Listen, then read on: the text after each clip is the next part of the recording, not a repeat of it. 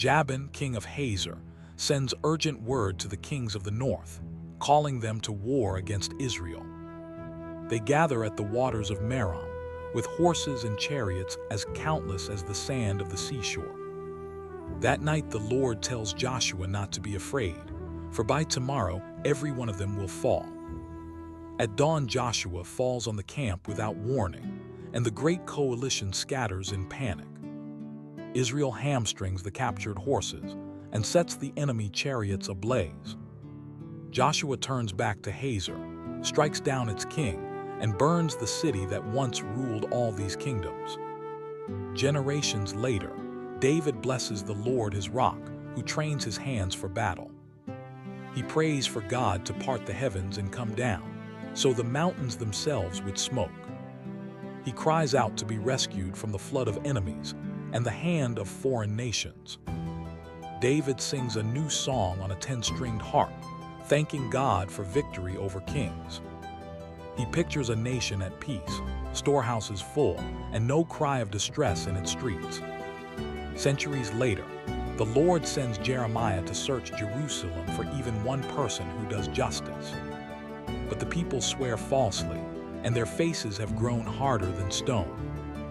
Even the great and powerful have thrown off God's ways along with the poor. Jeremiah warns that a lion, a wolf, and a leopard now wait to tear the city apart. God says Israel and Judah have betrayed him completely, chasing after false gods.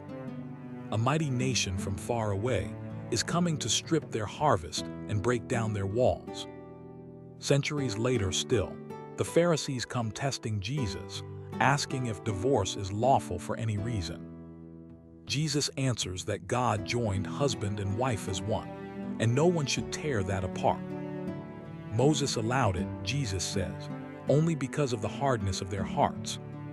When children are brought to him, Jesus welcomes them, saying the kingdom belongs to ones like these. A rich young man kneels before Jesus, asking what he must do to gain eternal life. Jesus tells him to sell everything he owns, give it to the poor, and follow him. The young man walks away in sorrow, unwilling to let go of his great wealth.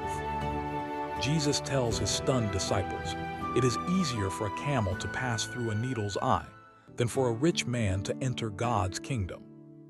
Peter asks what they will gain for leaving everything, and Jesus promises them thrones beside his own. Thank you for watching. Please like and subscribe.